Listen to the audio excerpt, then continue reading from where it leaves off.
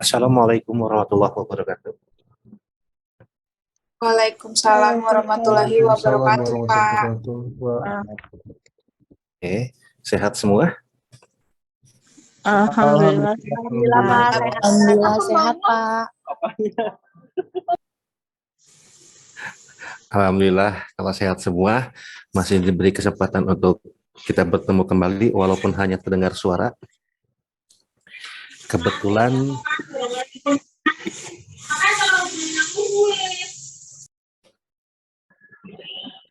lokasi di tempat saya ini sedang hujan deras. Barangkali koneksi sedikit ada distorsi, mohon dimaafkan.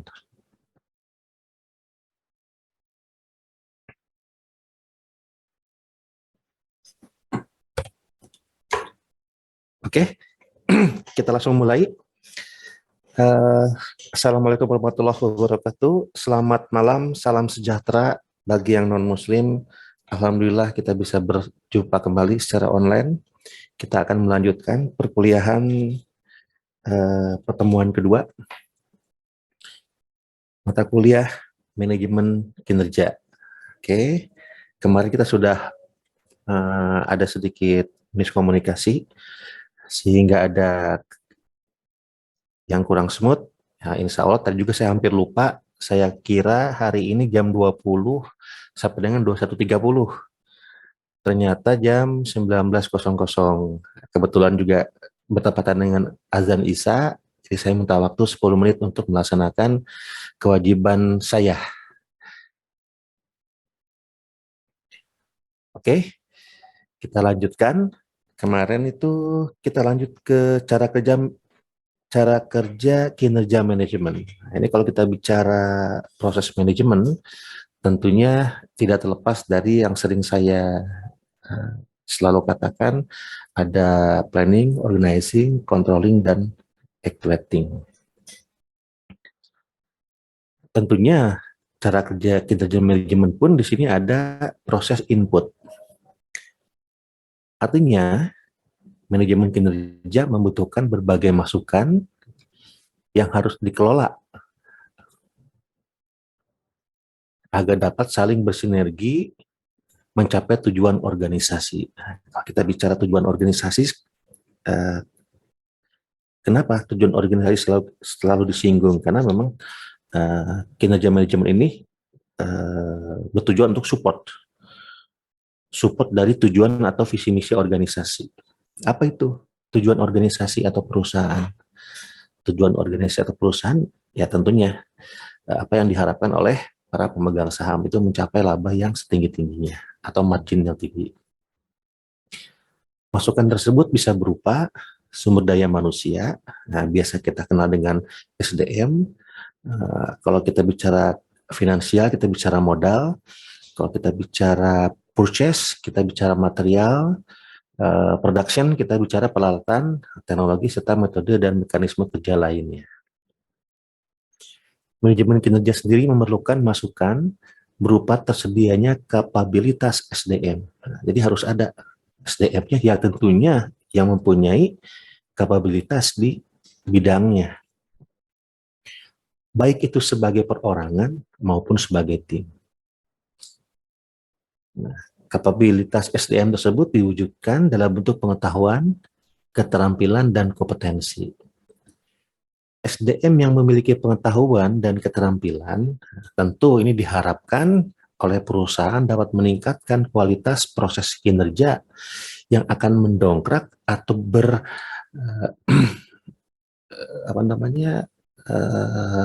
berimbas kepada hasil kerja. Sedangkan kompetensi diperlukan agar SDM mempunyai kemampuan yang sesuai dengan kebutuhan organisasi, sehingga dapat memberikan kinerja terbaiknya. Oke.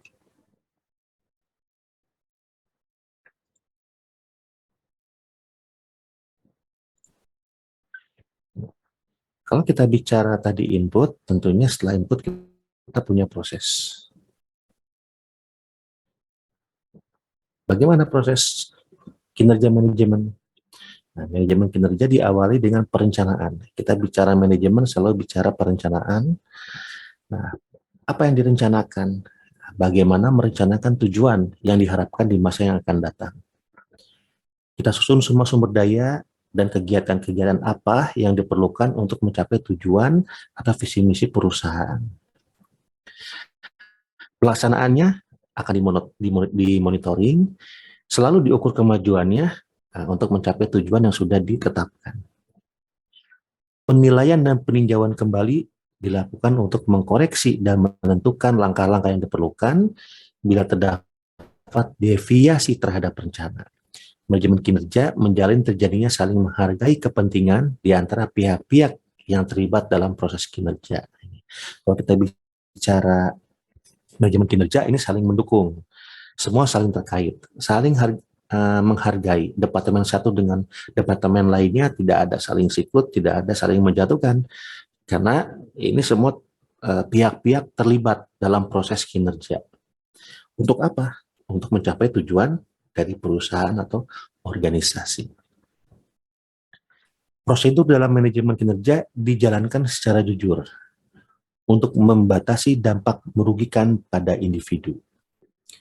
Proses manajemen kinerja dijalankan secara transparan, terutama terhadap orang yang terpengaruh oleh keputusan yang timbul dan orang mendapatkan kesempatan melalui dasar dibuatnya suatu keputusan. Nah, ini biasanya dalam proses kinerja ini sering terjadi singgungan antara individu satu dengan individu lainnya. Maka dari itu, proses manajemen kinerja ini harus dilakukan secara transparansi, karena ini sangat berpengaruh kepada semua orang. Nah, di sini semua orang mendapatkan kesempatan sesuai dengan transparansi atau proses yang sedang dilakukan. Output. Nah, keluaran dari manajemen kinerja, keluaran ini merupakan hasil langsung dari kinerja organisasi, baik dalam bentuk barang maupun jasa. Hasil kerja yang dicapai organisasi harus dibandingkan dengan tujuan yang diharapkan. Kita kembali ke review. Ada feedback, jadi dalam proses ini outputnya pun selalu kita bandingkan dengan tujuan yang diharapkan. Tetapi apabila dalam suatu proses ini terjadi deviasi atau penyimpangan dari tujuan, manajemen kinerja akan bersifat fleksibel tanpa merubah tujuan atau visi misi yang sudah ditetapkan. Keluaran dapat lebih besar atau lebih rendah dari tujuan yang telah ditetapkan. Manusia di sini, sebaik-baiknya manusia, kita hanya bisa ikhtiar. Dan outputnya kita tidak tahu. Nah, ini hasilnya bisa lebih rendah atau lebih besar dari tujuan yang telah ditetapkan. Bila terdapat deviasi, nah ini akan menjadi umpan balik dalam perencanaan tujuan yang akan datang dan implementasi kinerja yang sudah dilakukan. Biasanya kalau dalam suatu organisasi atau perusahaan di Departemen Finance, Finance Accounting, itu ada setiap akhir tahun budgeting. Ini akan mereview kinerja F&E selama 1 tahun ke belakang, ini seperti apa. Nah, kita lakukan budgeting ini untuk implementasi biaya ke depan seperti apa F&E ini. Kalau kita bicara marketing, kita ada bicara forecast. Biasanya di Desember itu kita akan review laporan penjualan kita, target-target marketing kita, target-target sales yang dilaksanakan. Nanti akan dilakukan umpan balik atau refleksi untuk depannya. Kita bicara forecasting sales seperti apa. Nah, ini dilaksanakan untuk tujuan kinerja kita di tahun yang akan datang atau tahun berjalan Januari sampai Desember tahun berikutnya, seperti itu. Nah, di sini ada aktivitas. Nah, tentunya kalau tadi kita bicara ada proses, ada input, ada proses, ada output. Tentunya ada dari proses ini ada aktivitas yang dilakukan. Apa aktivitas yang dilakukan untuk manajemen kinerja ini? Nah, ini manajemen kinerja ini terdapat suatu proses yang disebut dengan indikator kinerja atau KPI biasa disebut dalam organisasi atau perusahaan. Nah, tentu di tempat kalian bekerja pun ada istilah ini. Oke, performance indicator.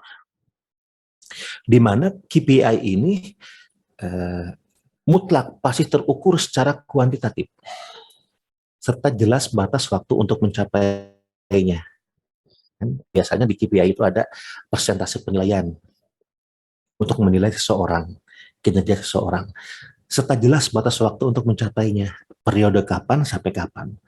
Kalau kita bicara kita baru menjadi karyawan,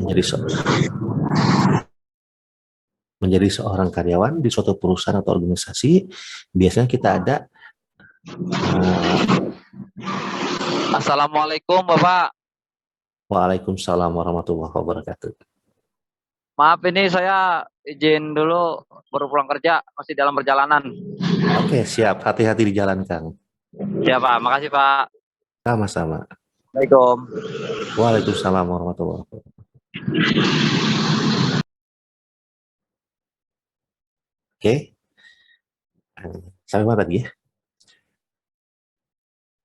Oh ya, kalau kita masuk menjadi seorang karyawan baru dalam suatu perusahaan, itu biasanya ada masa percobaan.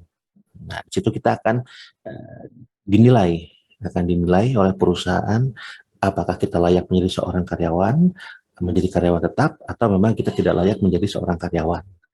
Ini jelas batas waktunya, 3 bulan. Begitupun indikator kinerja atau KPI. Biasanya kalau KPI ini dilaksanakan untuk individu yang sudah menjadi karyawan tetap. Batas waktunya kapan? Biasanya 1 tahun sekali. Di perusahaan saya dulu atau di tempat para klien saya itu ada satu perusahaan yang mempergunakan KPI ini 2 kali. Yang pertama adalah kenaikan reguler atau UMR itu bisa Januari. Yang kedua adalah di bulan April itu kenaikan prestasi. Nah, kenaikan prestasi ini dinilai dari KPI. Kenaikan salary-nya ini dilihat dari KPI yang dicapai orang tersebut dalam satu periode, 1 tahun. Berapa persen dia kenaikannya dilihat dari performance indikator yang sudah dicapai dalam 1 tahun selama dia bekerja. Semua ukuran kinerja tersebut biasanya dituangkan ke dalam suatu bentuk kesepakatan antara atasan dan bawahan yang disebut sebagai kontrak kinerja, performance contracts. Jadi kalau kita bicara KPI itu sudah ada kesepakatan antara kita dengan antara bawahan kita dengan atasan kita. Apa target-target saya sebagai seorang bawahan dan apa hasil yang didapat apabila kita mencapai target atau tidak mencapai target. Apakah kita mendapat punishment atau kita mendapat KPI yang bagus. Nah, di sana seperti itu. Jadi ada performance contract.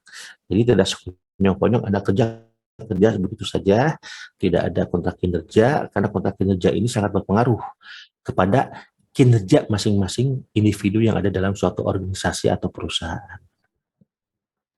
Terdapat suatu proses siklus manajemen kinerja yang baku dan dipatuhi untuk dikerjakan bersama. Nah, ini jadi tidak hanya walaupun ini kita bicara individu, tapi ini mengikat ke seluruh individu yang ada dalam suatu organisasi atau perusahaan. Tentunya ini menjadi standar baku dan dipatuhi harus oleh seluruh pekerja yang ada dalam suatu perusahaan. Yang tadi saya bilang, adanya suatu sistem reward atau punishment yang bersifat konstruktif. Tentunya bersifat konstruktif walaupun bersifat punishment ya, tidak destruktif. Dan konsisten dijalankan. Tadi sudah disebutkan bahwa KPI ini ada jelas batas waktu untuk mencapainya selama periode 1 tahun atau kesepakatannya seperti apa dan konsisten dijalankan. Selalu dijalankan. Tidak tahun ini dijalankan, tahun depan tidak dijalankan. Nah, ini bersifat berkesinambungan atau konsisten.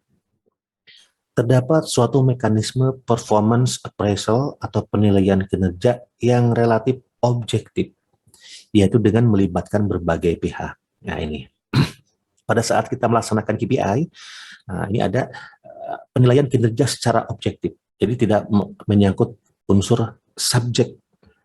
Di sini kita bicara kinerja. Yang kita nilai adalah kinerja seseorang, bukan siapa dia, bukan bagaimana dia, bukan bagaimana sifat dia, tapi bagaimana dia bekerja. Tentunya dalam penilaian tersebut selain bersifat objektif dengan melibatkan berbagai pihak. Nah, tentunya di perusahaan kalian juga kalau ada penilaian, tidak hanya kita dinilai oleh atasan kita, tapi juga kita biasa dinilai oleh rekan sejawat kita. Kalau kita sebagai seorang pimpinan dalam suatu perusahaan, kita akan dinilai oleh bawahan kita. Begitupun dengan teman sejawat kita, selain oleh atasan kita. Jadi dilakukan oleh berbagai pihak. Terdapat suatu gaya kepemimpinan, leadership style, yang mengarah kepada pembentukan organisasi berkinerja tinggi. Manajemen kinerja ini akan berhasil apabila terdapat suatu gaya kepemimpinan. Jadi pemimpin suatu organisasi ini mengarahkan kepada pembentukan organisasi berkinerja tinggi. Nah, jadi biasanya kan kalau dalam suatu pucuk pimpinan perusahaan, ini bagian top management, dia akan melakukan gaya kepemimpinan yang mengarahkan kepada bawahan di bawahnya sampai ke tingkat dasar untuk mengikuti arahan Pak, yang izin sudah bertanya, diberikan. Pak. Siap. Siap. Jika Enggak, Kang. suatu organisasi, jika suatu pedagang lah Pak, misalnya suatu pedagang, nah dia ingin menentukan KPI-nya per tahun nih Pak. Bagaimana cara presentasinya Pak? Oke,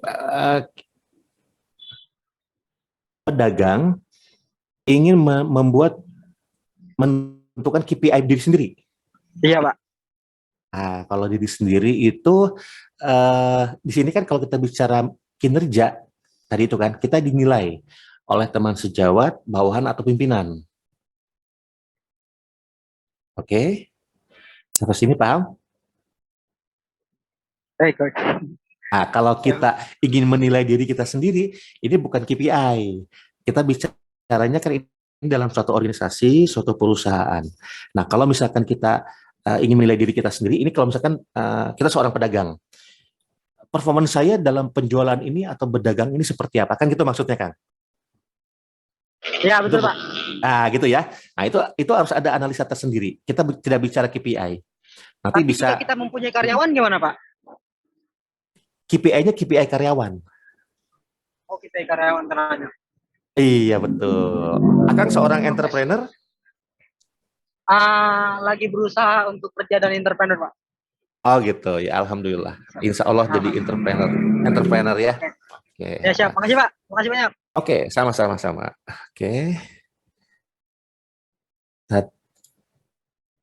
Nah ini. Selanjutnya dalam manajemen kinerja ini ditetapkan konsep manajemen SDM berbasis kompetensi. Jadi seseorang dapat dinilai, dapat dilakukan penilaian apabila SDM tersebut memang mempunyai kompetensi. Sehingga penilaian yang dilakukan ini selalu berbasis kompetensi. Contoh, tadi Akang yang tadi berbicara menanyakan sesuatu kepada forum perkuliahan ini. Jadi kalau misalkan saya seorang kepala departemen finance and accounting, membawahi keuangan, akuntansi dan perpajakan. Oke. Nah, saya tidak berhak, saya tidak kompeten untuk menilai KPI seorang staf marketing. Karena saya di sana tidak mempunyai kompetensi. Yang berhak menilai itu manajer marketing. Ini berbasis kompetensi. Ini maksudnya. Jadi saya hanya menilai ruang lingkup atasan, bawahan, atau teman sejawat saya di lingkungan FNE. Sejawat saya. Dan selalu berbasis kompetensi, keahlian yang ada di lingkungan tersebut. Oke, nah. Pak, sebentar Pak, saya nanya dulu Pak. Siap, Boleh, mangga. Boleh, Pak, boleh. itu kan ada SDM kompeten ya Pak, atau yang kerja di bidangnya kan Pak. Betul. Kalau saya di proyek kan itu sangat pengaruh banget ya Pak. Tapi banyak perusahaan yang mencoba ngakalin itu gitu Pak. Kayak ngakalin itu biar mungkin tekan cost-nya lebih murah atau apa. Itu gimana tuh Pak? Wah, ini seperti bicara konsultan nih. Iya Pak, saya orang konsultan. Ah, gitu, oke. Oke, jadi gini, saya juga pernah bantu klien-klien saya yang ada tender-tender ya. Kebetulan saya juga menangani perusahaan rekanan PLN se-Jawa Bali. Pada saat pelaksanaan tender, saya bantu dokumentasinya. Terus juga pada saat pelaksanaan, saya selaku controlling budgeting dan costing di suatu proyek. Seperti itu, Kang. Jadi memang kalau kita bicara di sini SDM berbasis kompetensi, SDM berbasis pengetahuan atau skill, nah biasanya ini ada oknum-oknum di proyek ya kan untuk ngakalin hal ini seperti Akang bilang tadi. Kan gitu. Artinya apa? Tentunya di lapangan kita tidak bisa ikat prosedur. Kan seperti itu, Kang ya. Kalau dalam suatu lingkungan lini atas bawah di suatu perkantoran, kita akan melihat langsung siapa yang tidak kompeten, siapa yang memang mempunyai kompetensi di bidangnya. Tapi kalau di proyek ini terlalu luas. Dan biasanya oknum-oknum di proyek, gitu kan, mereka yang penting laporan kos untuk biaya pegawai sekian ratus juta, orangnya A, B, C, dan lain-lain. Nah itu biasanya tidak diperiksa juga. Dan tidak dilihat kompetensinya. Apalagi untuk pekerja-pekerja yang tingkat-tingkat buruh harian atau tingkat pekerja harian, kecuali memang mereka mempunyai skill atau untuk case-case di posisi tertentu. Contoh misalkan tenaga ahli las. Nah, biasanya kan selalu ditanya mana sertifikat kompetensi Anda di bidang las. Ini harus dilihatkan sertifikatnya. Kan seperti itu, gitu Kang.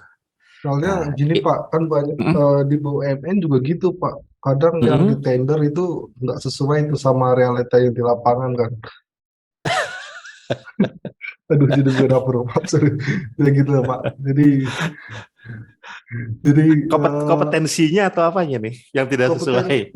Ya biasa SDM-nya kan. Karena kan kalau kita bicara proyek ya Pak, SDM kan sangat fatal kan.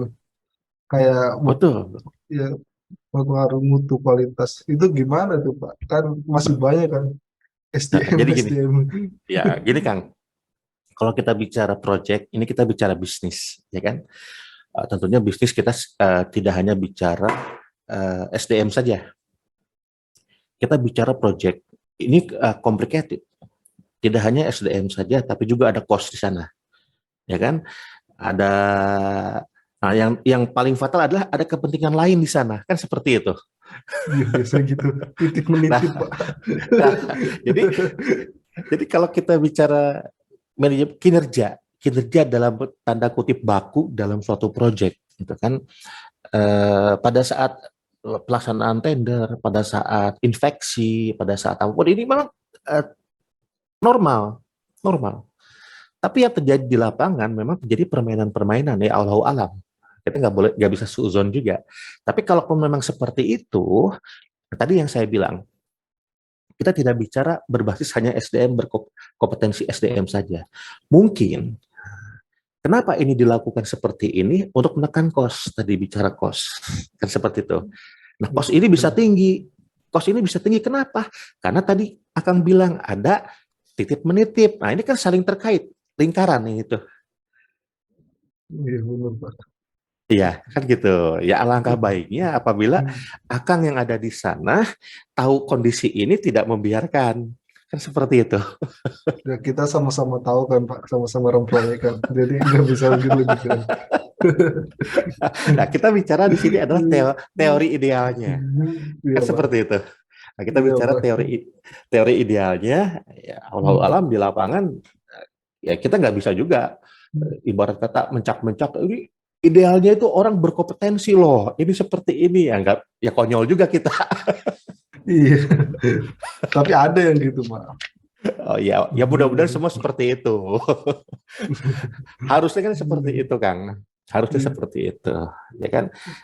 Seperti saya suka diminta juga jasa untuk auditor, gitu kan? Karena saya punya rekanan kantor kantor akuntan publik seperti itu. Pada saat saya melaksanakan auditor sama tim, ya ada aja. Nah, di situ kalau kita bicara manajemen kinerja, kita sudah full 100% apa yang kita temukan, kita laporkan ke pimpinan, kita laporkan ke owner, kita laporkan ke direksi. Nah, itu pada saat berkas laporan kita mau mengarah ke direksi, biasanya sudah dicegat itu. Saya tahu itu, Pak. Sudah dicegat. Pak, kalau bisa, poin-poin ini jangan dibuka. Kan seperti itu. Saya tahu itu mengarahnya kemana dan selanjutnya kemana, Pak. Nah, di lapangan kita tidak bisa ini harus seperti ini. Nah, idealnya kita bicara dalam perkuliahan ini kan teori idealnya seperti itu Iya, kan. Pak. Iya, Pak. Ya, di lapangan ya Allah alam. Tapi ya kalau kita memang bisa berusaha mengarahkan hal itu, yaitu alangkah baiknya. Kan seperti itu. Oke, Makasih ya, Pak. sama-sama. Ada yang lain? Ini ada 1 menit Ada lagi Pak, saya sebelum. ingin bertanya Pak. Oke. Iya, perkenalkan Pak, nama saya Diana. Saya ingin bertanya, ini kan mengenai tentang manajemen kinerja ya Pak, tentang kompetensi. Nah, saya ingin bertanya, realnya kan dalam dunia pekerjaan biasanya atasan atau leader ingin anggotanya kompetensinya baik atau bagus gitu ya Pak, atau unggul. Tapi yang kita ketahui yang namanya karakter dan kemampuan kan masing-masing orang berbeda ya Pak ya. Nah, pertanyaannya bagaimana cara kita mengatasi atau mengupayakan kemampuan kita kepada atasan kita Pak?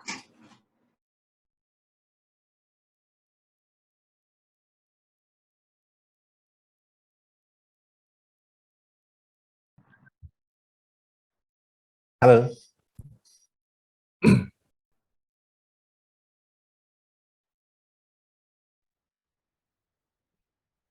Halo, Teteh, mendengar suara saya?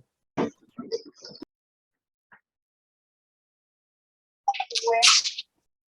adrenalin ya juga sama apa yang akan. Halo Pak?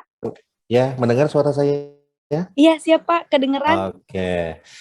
Langkah paling mudah adalah Teteh jadi manajernya.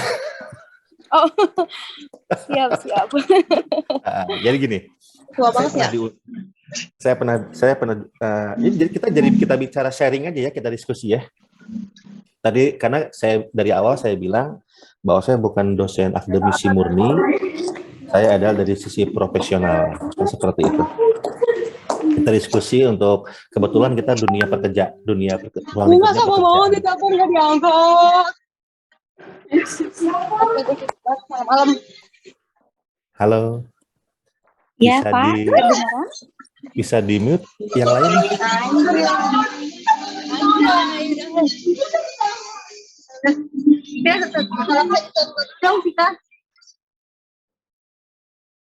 Oke, mohon maaf, ini saya mute.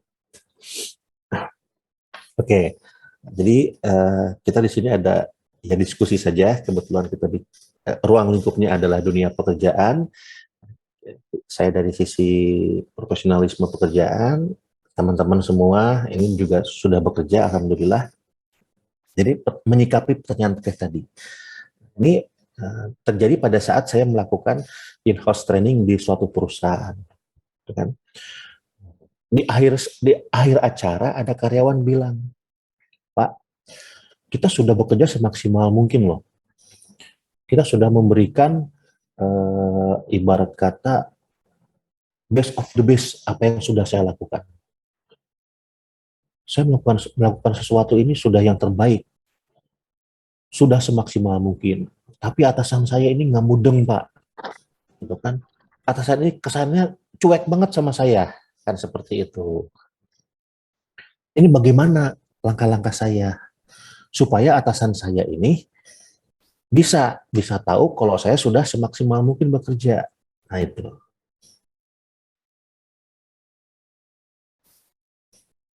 Oke, ini ada yang bertanya juga, saya jawab satu-satu. Nah, yang bisa Teteh lakukan, nah itu kita kembali ke kodratnya. kita dalam suatu organisasi, kita tidak bisa kita pungkiri bahwa kita terikat oleh suatu susunan organisasi atau struktur, di mana dalam struktur tersebut ada job description masing-masing individu.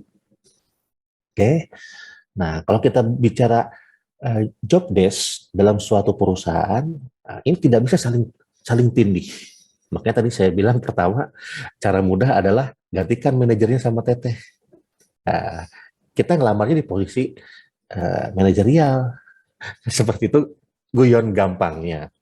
Tapi kan hal ini tidak semudah sekonyong-konyong seperti itu. Oke, masalah kinerja kita sudah mempunyai kompetensi atau skill semaksimal mungkin, kita sudah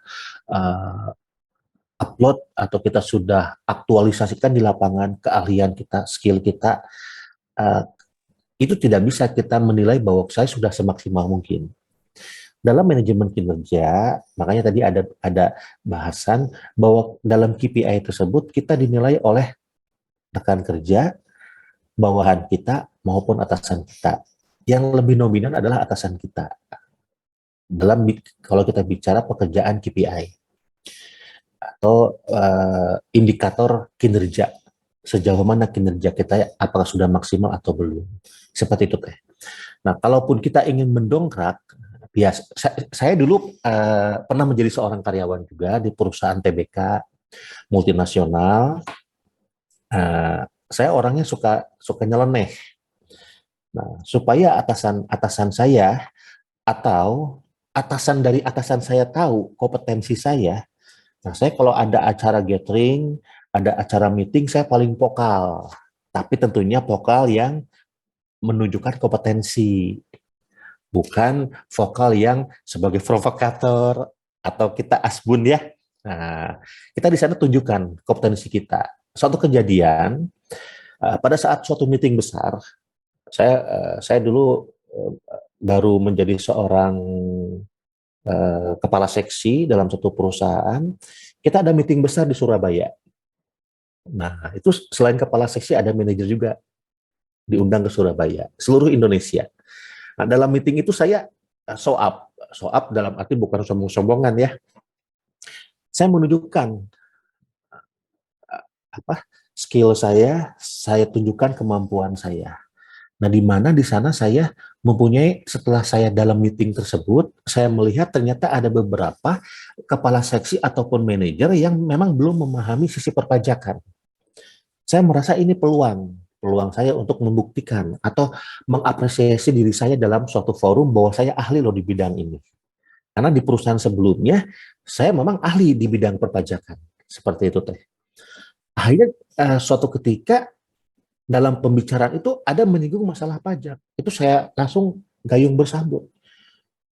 Saya langsung buka di forum, ini pajak seperti ini. Akhirnya yang dulunya kalau kita pembelian barang modal, itu kalau kita beli barang selalu ada PPN, aturan sebelumnya adalah PPN 10%, kalau sekarang 11%. Nah, ada ketentuan secara perundang-undangan perpajakan yang menyatakan apabila kita memberi barang modal itu dibebaskan PPN. Bayangkan, se-Indonesia dulu kita beli boiler, ada 4 cabang wilayah yang ada di Indonesia beli boiler, itu kena PPN 10%. Rata-rata satu boilernya itu sekitar 2 atau 3 miliar. Nah, kalau kita bicara 10%, ini kan tinggal dikalikan. 3 miliar kali 10%, 300 juta. Ini ada 4-5 unit yang membeli boiler. Nah, itu saya kemukakan di forum bahwa kalau kita membeli barang modal, secara aturan KUP perpajakan, ini tidak dikenakan PPN. Mereka kaget semua di sana. Kok bisa, Pak? Gitu kan? Saya nggak buka aturannya seperti apa. Sengaja nggak saya buka. Kalau di open, ya ini bukan masalah pelit atau tidak pelit ilmu. Kita bicara ingin tahu sejauh mana mereka paham atas pembicaraan kita. Akhirnya direktur utama bilang, kalau saya di lapangan dipanggilnya Pak BG.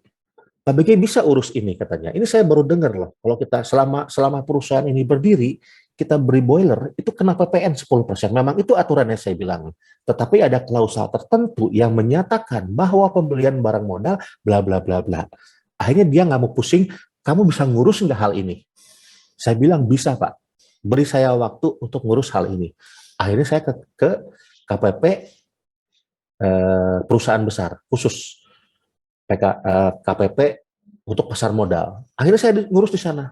Alhamdulillah 3 hari saya dapat surat bebas PPN. Jadi pada saat pembelian barang-barang tadi kita tidak dikenakan PPN.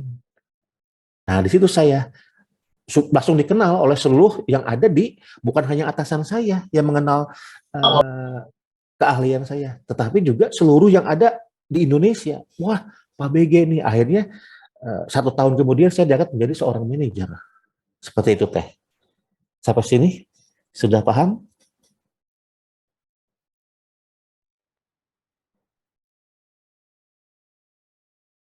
Halo. Pak, saya mau nanya lagi, Pak.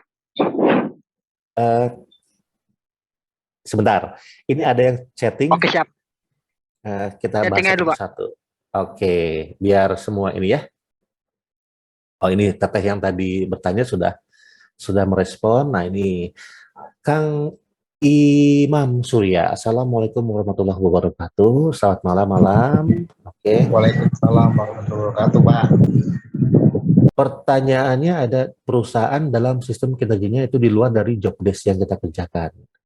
Jadi job desk kita itu terlalu over menurut saya. Kira-kira menyikapinya bagaimana?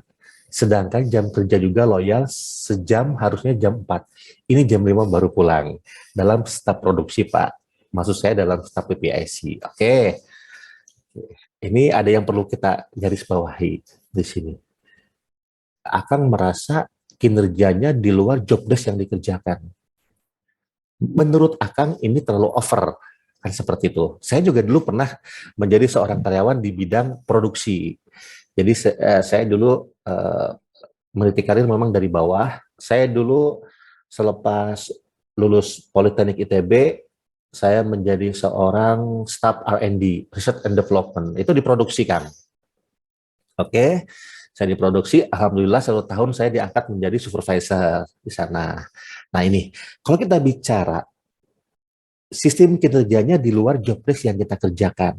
Nah ini, oke.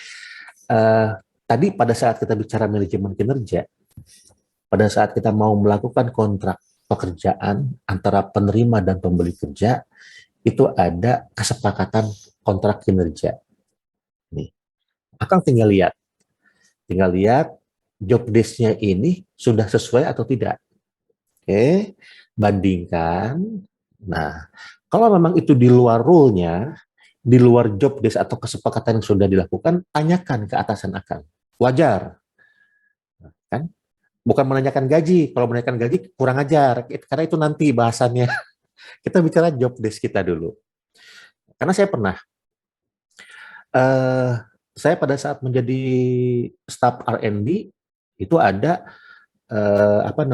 ekspor ke Jepang. Kita dulu, saya divisinya flooring. Pembuatan lantai untuk ekspor ke Jepang. Flooring itu lantai dari kayu untuk ekspor. Nah, saya di sana masih staf R&D. Staf R&D khususnya saya bagian analis. Bagian analis seperti itu, saya selalu bicara depan komputer, melototin data-data. Suatu ketika ada ekspor yang memang ini sangat dinanti-nanti oleh perusahaan dan ini sangat diberlakukan istimewa atau dengan sangat hati-hati. Nah, kepala seksi saya tidak hadir karena sakit. Sedangkan ekspor harus segera dikirim. Nah, kalau kita bicara ekspor itu ada deadline. Kalau kita nanti ada pengapalan, ternyata sampai ke lokasi itu delay, kita akan kena penalti. Nah, akhirnya di sana kebingungan, departemen R&D ini bingung. Karena barang ini juga harus yang tahu barang ini bagus, klasifikasi A, B, atau grade-nya seperti apa, datanya di saya. Nah, pada saat itu kepala saya sedang sakit. Akhirnya GM bilang, siapa yang bisa menggantikan kepala seksi untuk tahu barang-barang ini. Seperti itu. Saya dengan memberanikan diri, ini Pak, saya datanya ada Pak. Akhirnya yang loading dari gudang sampai ke peti kontainer menggunakan forklift saya.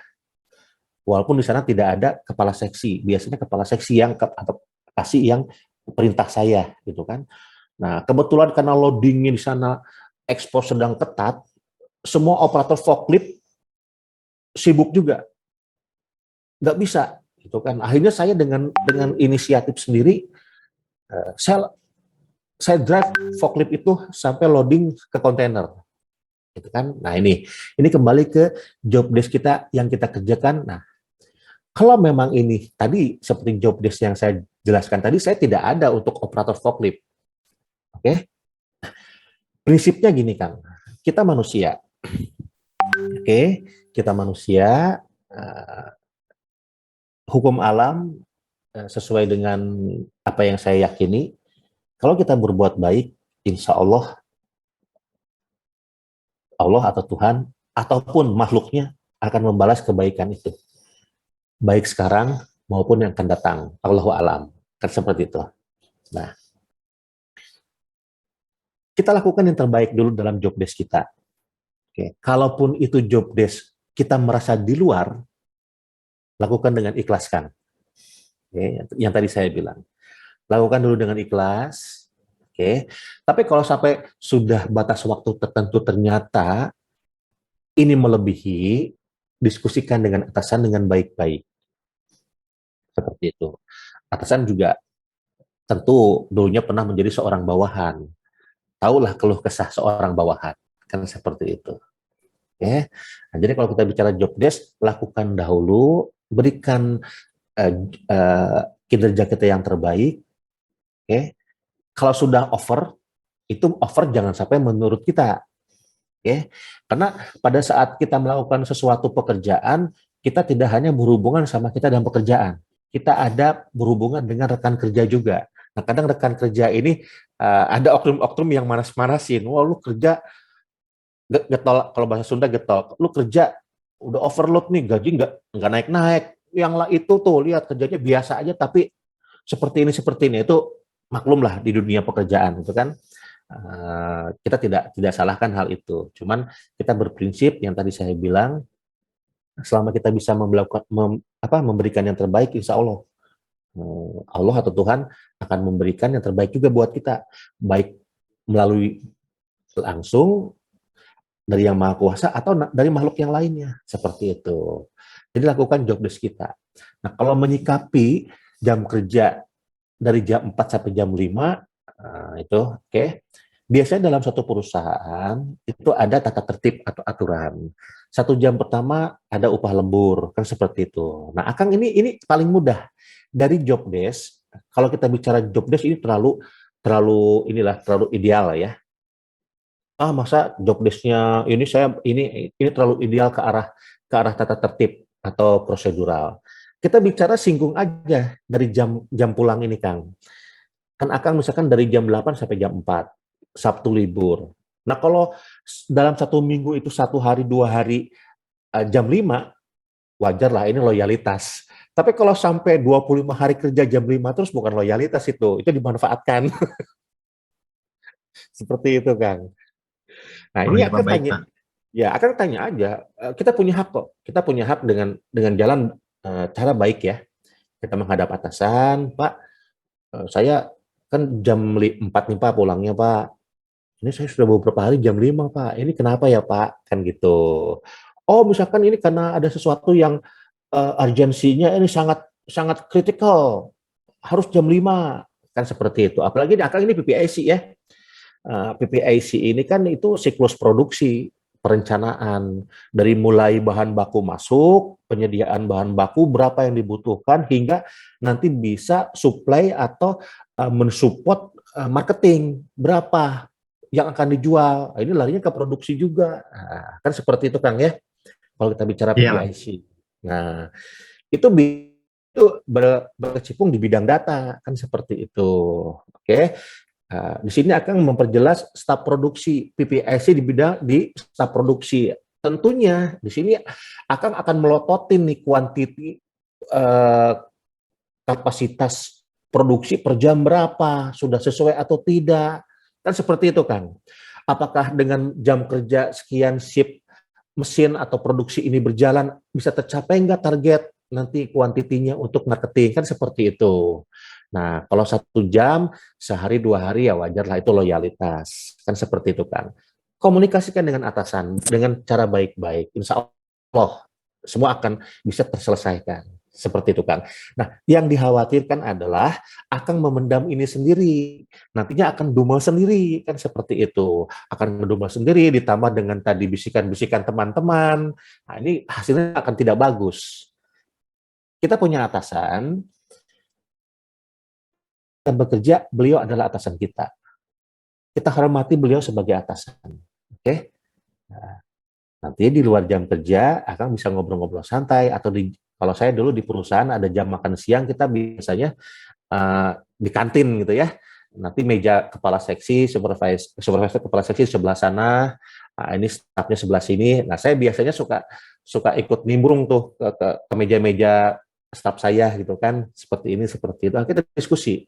Nah, di luar jam kerja, atasan adalah rekan atau sahabat Akang, itu Kang. Nah, jangan sampai dengan ada persepsi seperti ini, Akang malah menjauhi atasannya, jadi dongkol sama atasan, nah, nggak akan selesai ini masalahnya. Seperti itu, Kang.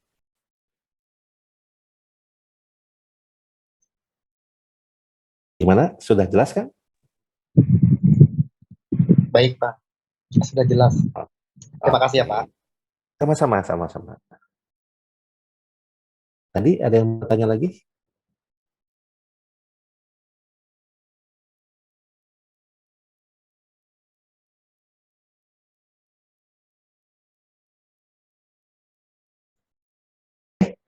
Kita lanjut kalau seperti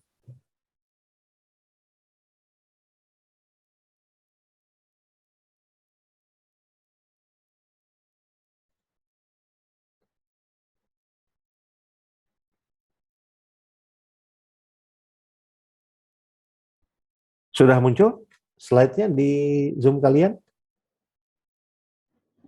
Belum, Pak. Belum. Belum, oh kayaknya keluar. Oke. Nah, ini. Tadi kita bicara efektivitas manajemen kinerja ini menerapkan konsep manajemen SDM berbasis kompetensi. Nah, ini mungkin format ini kalian sudah tidak asing lagi ya, karena kita di dunia pekerjaan ini. Saya berikan contoh KPI dari F&A departemen. Karena saya basically-nya adalah keuangan, akuntansi keuangan dan perpajakan, seperti itu. Oke, nah ini di KPI ini contohnya adalah saya ambil Finance Accounting Department. Yang pertama yang dinilai adalah operating cost ratio. Ini seberapa besar rasio biaya dalam departemen F&A. Ya, lalu rata-rata ketersediaan cash flow. Nah, biasanya F&A dinilai cash flow-nya. Uang masuk berapa, pemenuhan uang keluar berapa. Nah, ini biasanya balancing antara AR dan AP. Ini unitnya adalah rupiah. Targetnya 10 miliar. Cash flow per bulan. Kan seperti itu. Yang berikutnya persentase piutang. Nah, biasanya kalau kita bicara di finance accounting, itu ada TOP. Ini terkait dengan departemen marketing. Kita memberikan penjualan dengan piutang biasanya 30-45 hari. Nah, di sini akan dinilai manajer F&A atau staf yang ada di departemen F&A sejauh mana piutang ini bisa dikolek oleh staf F&A. Kan perhitungannya adalah rasio penjualan bulan lalu, collection bulan ini. Ini tercapai berapa persen? Ilustrasinya 100%. Ini tercapai semua berarti. Seperti itu. Berikutnya, jumlah temuan audit internal dalam bidang finance. Ini, saya juga pernah menjadi seorang audit dalam satu perusahaan. Nah, tadi yang sudah saya sampaikan, kita melihat temuan-temuan penyimpangan yang ada di departemen F&A. Tidak hanya F&A, mungkin departemen produksi pun, departemen HRD, ada nggak penyimpangan-penyimpangan? Tapi biasanya kalau kalau penyimpangan itu selalu bicaranya di F&A karena ini menyangkut uang, menyangkut nilai seperti itu. Berikutnya, laporan keuangan disajikan dengan akurat. Nah, ini benar tidak laporan keuangannya bisa dipertanggungjawabkan?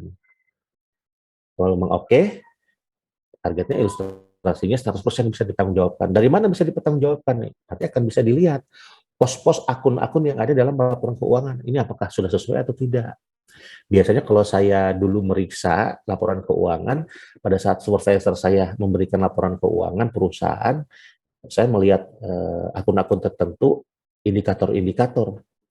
Ini masuk akal atau tidak? Yang pertama adalah biaya. Nah, seperti itu. Kenapa? Acuan kita adalah budgeting tadi.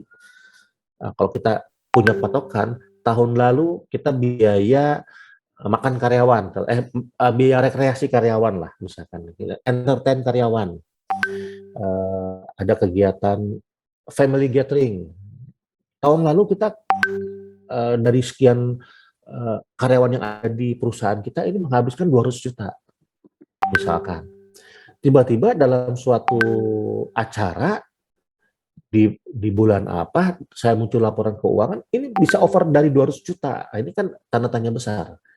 Ini akuntabilitasnya bisa dipertanggungjawabkan tidak? Nah, seperti itu. Akun ini bisa dipertanggungjawabkan nggak? Apalagi misalnya sampai melambung dari 200 menjadi 300 atau 400. Nah, ini kan ada sesuatu. Apakah operator, staf kita, staf accounting yang membuat jurnal ini salah pada saat menginput, atau supervisinya pada saat melakukan coding, akun mana harusnya masuk, dia salah. Nah, seperti itu. Nah, ini keakuratannya. Berikutnya, laporan keuangan disajikan dengan tepat waktu. Biasanya Departemen F&A ini paling lama tanggal 5 setiap bulannya. Karena tanggal 6 itu suka ada meeting direksi. Sampai tanggal 10 akan ada pembahasan kinerja laporan keuangan bulan sebelumnya. Return on asset. Nah, ini perkembangan aset, pengembalian aset ini sama dengan piutang tadi. Nah, ini salah satu contoh KPI F&A departemen. Nah, mungkin kalau kita di tempat teman-teman bekerja, ini KPI-nya mungkin berbeda-beda. Karena KPI ini tadi basically-nya atau dasarnya adalah skill. Jadi tidak akan sama. KPI F&A tidak akan sama dengan KPI produksi. KPI produksi tidak mungkin sama dengan KPI marketing, walaupun ada saling terkait. Seperti itu. Pak, izin Pak bertanya Pak. Boleh, silakan Kang. Begini Pak, di perusahaan saya setiap bulannya melakukan dari beberapa karyawan diberikan Kaizen. Kaizen itu masukan per bulannya. Misalnya saya bagian administrasi. Nah, kelemahan administrasi dari per satu bulan itu apa? Nanti disampaikan ke atasan, itu Pak. Nah, pertanyaan saya, jika Kaizen saya, masukan saya itu bagus, tapi supervisor saya itu kan meeting sama manajer dan opini saya tersebut dimiliki sama supervisor saya, itu bagaimana Pak pandangan Bapak? Maksudnya dimiliki gimana nih? Iya, improve saya bagus gitu Pak untuk solusi ini. Tapi pada saat briefing, dia nah jiplak. itu dijiplak Pak. Iya. Nah ini bagaimana caranya Pak? Itu yang tadi, menanggapi orang seperti ini Pak. Oke. Kalau kita menanggapi capek kan, apalagi itu atasan ya. Oke. Kalau kita tanggapi, kita berargumen atau kita mau nyalip atasan kita, jangan deh, capek kan. Caranya seperti tadi pertanyaan teteh yang pertama. Nah, ada teteh tadi yang bertanya ke kita sudah bekerja semaksimal mungkin. Ini cuman kasus sama, cuman beda alam lah ya.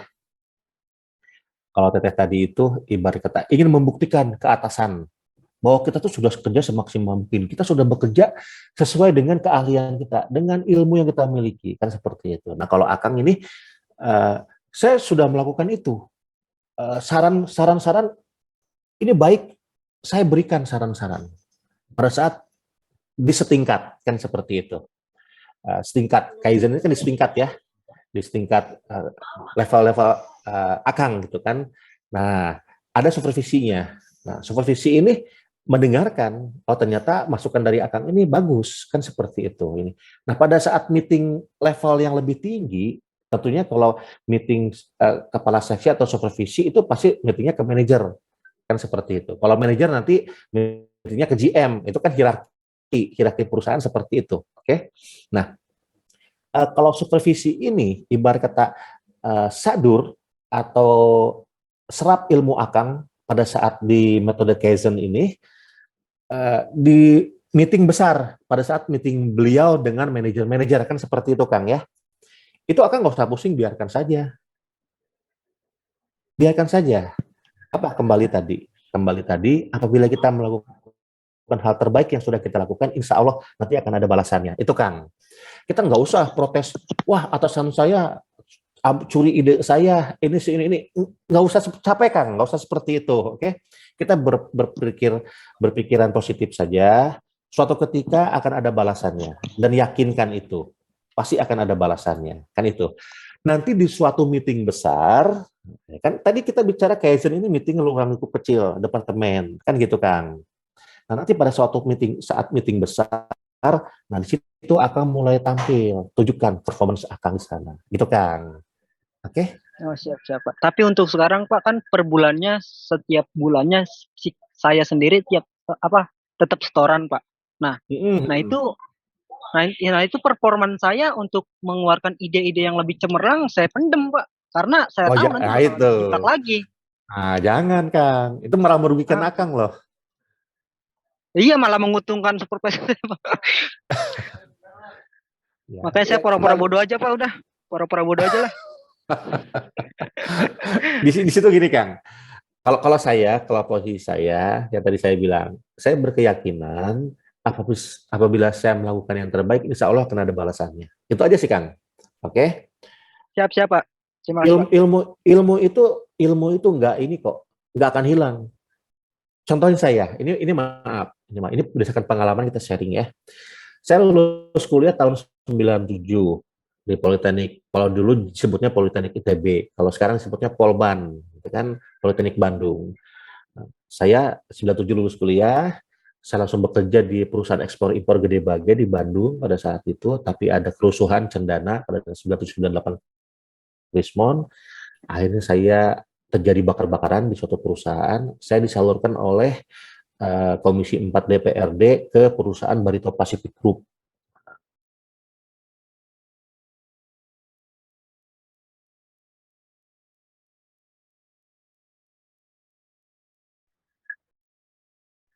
Kok hilang Pak suaranya?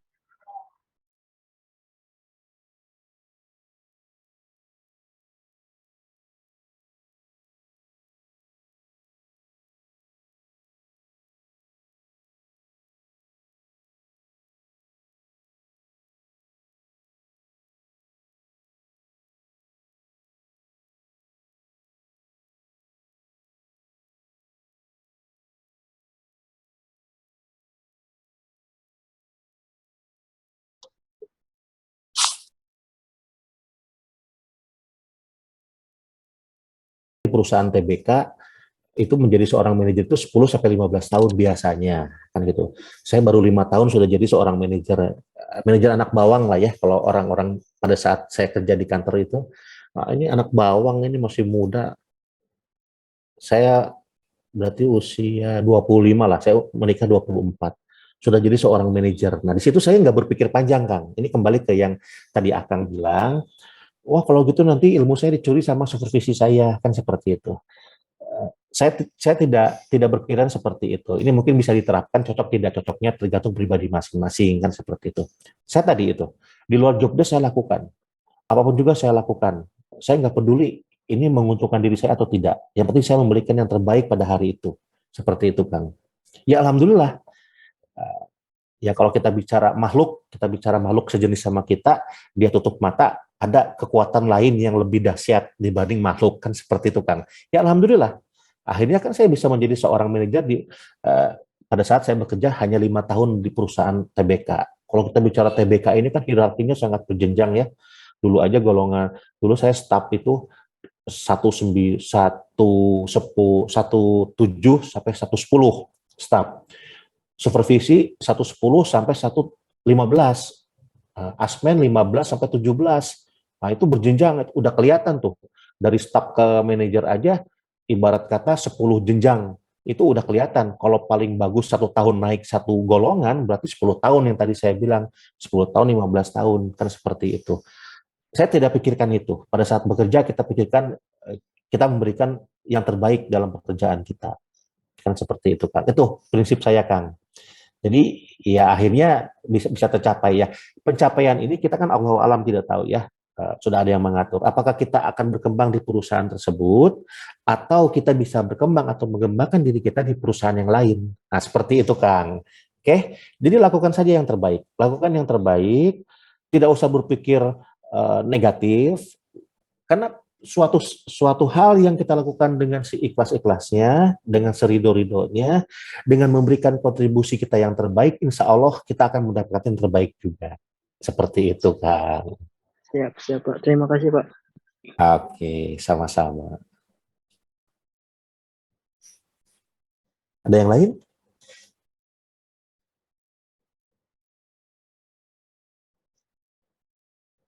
Cukup kali, Pak.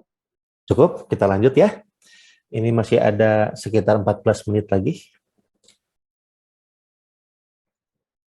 Tadi kita bicara KPI di tempat teman-teman semua, ada yang KPI tadi? Ada. Ada ya? Oke, alhamdulillah kalau gitu. Jadi udah nggak aneh lagi dengan apa itu KPI. Nah ini yang tadi saya bilang. Oke, kita lanjut. Nah ini. Penerapan manajemen kinerja di perusahaan. Ini saya dapat informasi kalau kelas karyawan jadwalnya ya, pertemuan 6 kali jadi 3 kali, betul ya? Saya kurang tahu. Iya, Oke, Pak, benar. betul ya, dipadatkan ya. Oke, nah, jadi ya, kalau karyawan, kita bicara karyawan ini teori sebagai pengetahuan aja lah. Yang diperlukan adalah sharing-sharing pengalaman, diskusi-diskusi kalau menurut saya. Tapi ya saya akan ikuti flow-nya seperti apa, kan gitu. Nah ini. Oke. Penerapan manajemen kinerja di perusahaan, dampaknya terhadap kinerja perusahaan dan berbagai respon atau reaksi dari para pegawai yang menerapkan manajemen kinerja. Gambaran tersebut disarikan dalam 4 penelitian. Jadi ada beberapa ahli yang melakukan penelitian. Kira-kira dengan adanya manajemen kinerja di perusahaan, ini efeknya positif atau negatif buat perusahaan? Entah. Dilakukan oleh para ahli. Ini yang pertama adalah oleh IRS, Riset Penerapan Manajemen Kinerja. Yang kedua oleh Lawler and McDermott. Yang ketiga oleh CIPD. Yang keempat oleh E-Reward. Nah. Yang dilakukan oleh IRS, ini ada survei 47 perusahaan. Dilakukan 3 pendekatan utama. Yang pertama, kejelasan strategi. Ini dari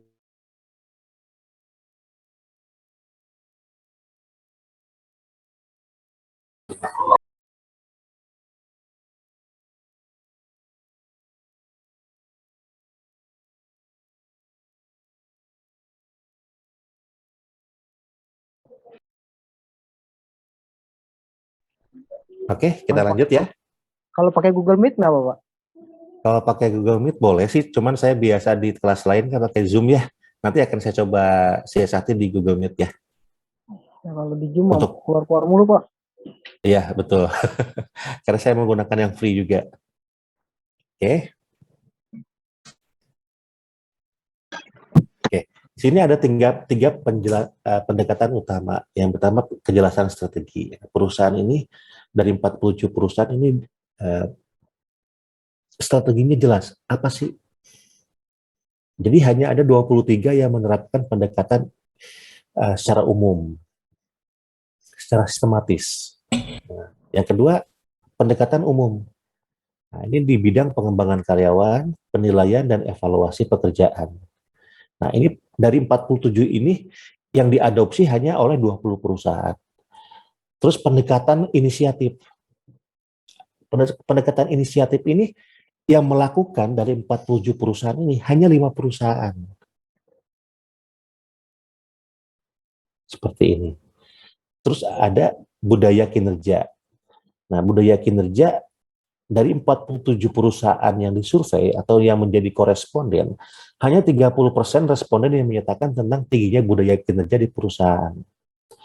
Kurang dari 53%, ini cukup berkembang. 7% malah nggak berkembang sama sekali budaya kinerjanya. Ini biasanya kalau kita bicara budaya kerja ini diterapkan oleh perusahaan-perusahaan Jepang. Nah, sehingga dalam penerapan manajemen kinerja, efektivitasnya itu ini ternyata paling besar adalah 80% pelatihan dalam tugas. Nah, jadi menurut penelitian yang dilakukan oleh beliau, seberapa besar sih efektivitas manajemen kinerja akan sangat dominan atau positif apabila ada pelatihan dalam tugas. Seperti ini. Ini menurut ahli yang pertama. Oke. Nah, ahli yang kedua, dua ahli yang kedua ini melakukan terhadap 55 manajer personalia. Kalau yang pertama tadi kepada perusahaannya, kalau ini kepada manajer personalianya. Oke. Sama. Ini untuk ingin meneliti seberapa efektif manajemen kinerja dalam suatu perusahaan. Ternyata dari 55 perusahaan tersebut, itu 47 perusahaan menerapkan manajemen kinerja secara konsisten dalam semua bagian yang ada dalam perusahaannya. Oke. Pendekatan tujuan kinerja berbasis strategi bisnis. Nah, jadi kinerja yang diterapkan atau KPI yang diterapkan itu berdasarkan strategi bisnis atau turunan dari strategi bisnis yang sudah dipola atau direncanakan oleh manajerial up, oleh susunan direksi. Itu dituangkan. Contoh tadi dalam F&E, cash flow. Nah, ini kan kalau kita bicara cash flow ini adalah turunan dari margin. Margin ini turunan dari laporan keuangan antara penjualan dan biaya. Kan seperti itu. Umpan balik berkesinambungan, berkolerasi positif. Nah, ini jadi dengan adanya penilaian atau adanya umpan balik dari kinerja yang sudah dilakukan oleh karyawan terhadap perusahaan, ini ternyata sangat positif efeknya terhadap efektivitas manajemen kinerja. Ada hubungan positif antara efektivitas manajemen kinerja dan penerapan metode pengukuran.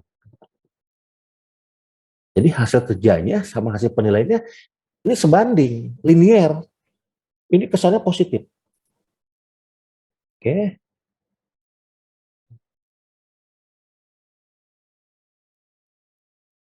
Tingkat kehadiran dalam pelatihan berkolerasi. Nah ini tadi. Itu ahli pertama pun menyatakan ada kolerasi dalam pelatihan. Jadi dengan adanya pelatihan, ini sangat berpengaruh positif terhadap efektivitas penilaian kinerja. Penerapan manajemen kinerja individu harus didasarkan pada strategi bisnis. Kembali ke poin yang tadi di atas. Ini dari lini atas sampai lini bawah, ini menerapkan strategi bisnis. Tapi dituangkan dalam bentuk pecahan-pecahan job desk ke masing-masing individu. Nah tentunya harus selaras dengan sistem MSDM atau sumber daya manusia yang ada di perusahaan. Bagaimana cara menyelaraskannya? Cara menyelaraskannya ada dengan melihat kompetensi dari masing-masing individu.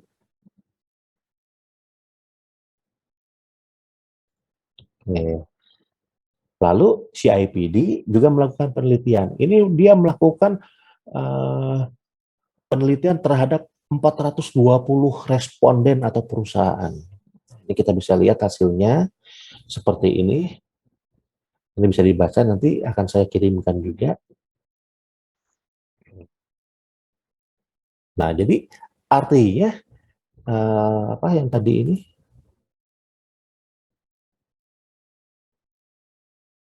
Nah, ini kurang lebih 71% perusahaan sepakat bahwa fokus manajemen kinerja adalah pengembangan.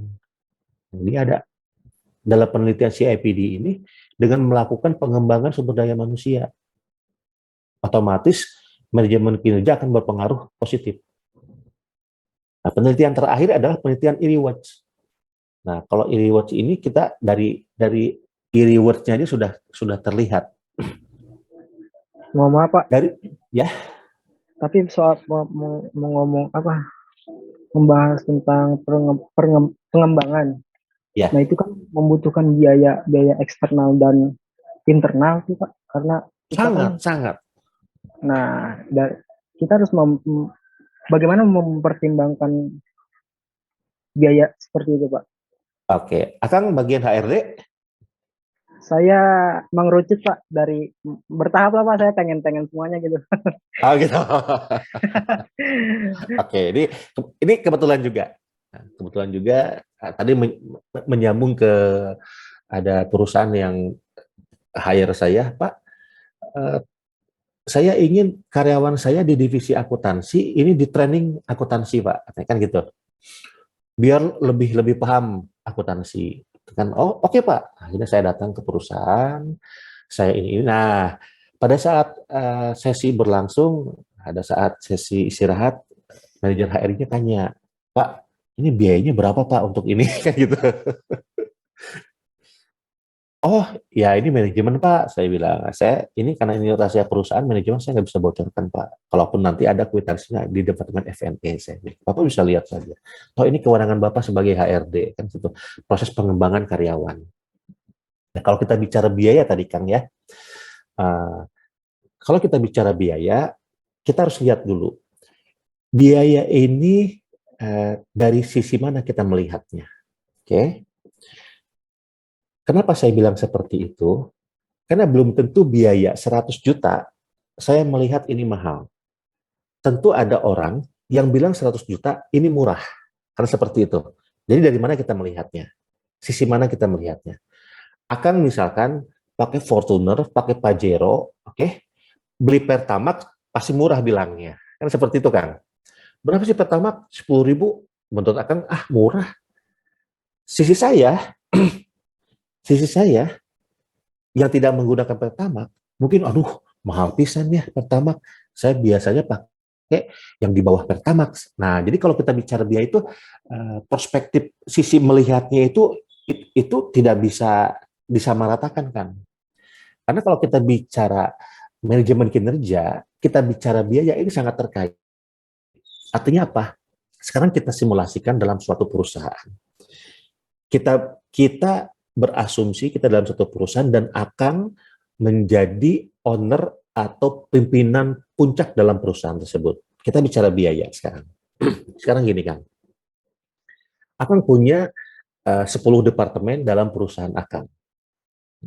Akang melihat bahwa departemen ini itu masing-masing departemen mempunyai kelemahan. Kita berikan contoh, misalkan departemen produksi, finance, marketing, purchase, dan lain-lain.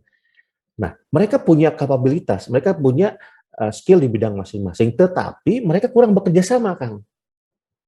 Malah kadang cuek-cuekan. Contoh, pada saat manajer marketing menetapkan forecast, kita akan dilakukan penjualan tahun ini, budgetnya adalah target kita 1 bulan 500 juta dalam bentuk rupiah. Dalam bentuk kuantiti 500 piece kuantitinya.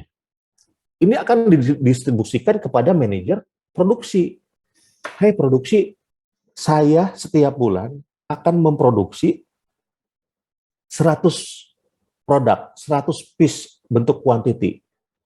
Tuh kan? Nah, ke manajer finance bilang, nanti target pencapaian penjualan itu 500 juta sebulan. Ya kan? Nah, bayangkan kalau produksi tidak mau bekerja sama dengan marketing, karena mungkin ada penilaian subjektivitas. Secara individual, dia nggak merasa nyaman sama manajer marketing. Oh iya, tapi dia nggak jalankan itu. Dengan cara apa? Dengan cara halus. Bukan dia mengkat produksi atau menginikan produksi. Dia bilang ke purchasing, itu kan? Dia bilang ke purchasing, tolong belikan bahan baku bukan sejumlah kebutuhan yang diminta oleh produksi sesuai dengan kebutuhan marketing. Dia kurang-kurangin. Nanti pada saat tidak tercapai produksi, dia akan mencari kambing hitam. Oh, ini purchasingnya nih. Saya itu beli minta sekian piece loh buat bahan baku untuk mensuplai marketing supaya menjadi kuantiti yang diharapkan. Tapi purchase-nya tidak. Nah, ini kan padahal ini Mencikut-cikutan Pak, gimana?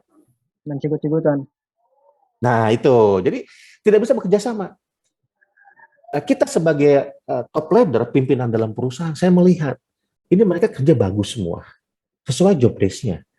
Tetapi tidak bisa bekerja sama satu dengan departemen lainnya. Ini kan menjadi kelemahan. Nah, bayangkan kalau ini saya biarkan, Kang. Kalau saya biarkan target marketing tidak tercapai, oke, target marketing tidak tercapai, tapi kita ada biaya variable cost, ada fixed cost, itu tetap terus berjalan. Iya paham Pak. Sedangkan marketing ini, dia bicaranya dikejar target untuk menutup variable cost sama fixed cost yang sudah ditetapkan oleh F&E manager, kan seperti itu. Iya. Nah, berapa kerugian yang terjadi? Oke, misalkan hanya tercapai 400 piece. Itu pun kalau semua grade-nya grade AB. Kalau ada reject, ada repro. Ini kan menjadi double cost. Oke, seorang pemimpin akan melihat ini sebagai kelemahan di satu titik. Nah, apakah saya rugi apabila saya mengeluarkan 100 juta untuk in-house training atau ex-house training? Kita panggil ahlinya untuk mereka supaya bekerja sama.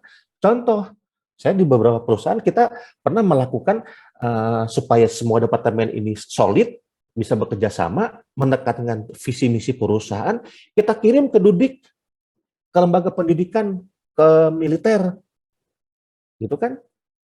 Supaya mereka terbentuk. Kalau di militer itu saya tahu ada jiwa korsa, gitu kan? Nah, dari mulai staf sampai manajer sampai direkturnya kita basekan di camp pendidikan militer itu. Di situ, nah orang-orang militer itu sudah tahu caranya bagaimana mensinkronkan visi misi otak yang ada di masing-masing individu supaya sejalan. Makanya di sana ada garis komando, kata atasannya A ke bawah pasti A, tidak mungkin berubah. Apabila berubah, ini akan menjadi tanda tanya. Itu kan?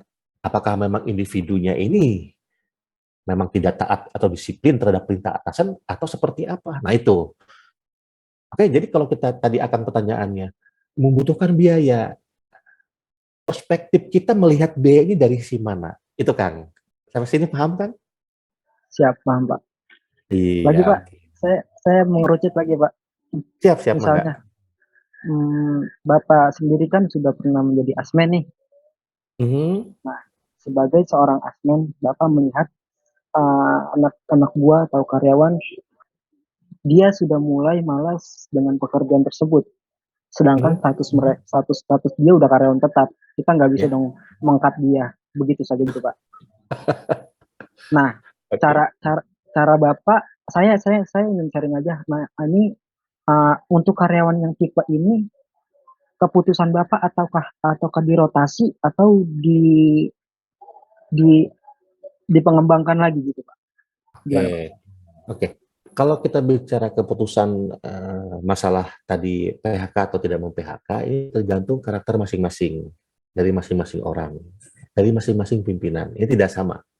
Oke, tapi biasanya di lini middle manajerial, dari mulai manajer asmen, manajerial sampai GM, itu biasanya kalau perusahaan melakukan training itu training pengambilan keputusan, training kepemimpinan, training menanggung resiko, training masalah kebijakan. Tidak ada kita bicara pada saat dulu saya pelatihan itu di pelatihan eksternal maupun internal ada pelatihan input jurnal akuntansi, ibarat kata bagaimana mesin ini diperbaiki, tidak bicara itu. Nah makanya kalau kita bicara tadi sisi middle managerial up itu bicaranya pengambilan keputusan, pengambilan kebijakan dan penanggung jawab atas keputusan buat tadi. Seperti itu, Kang. Jadi tergantung orangnya. Kalau saya pribadi, saya dikenalnya di perusahaan itu suka pecat orang, Kang. Gitu, Kang.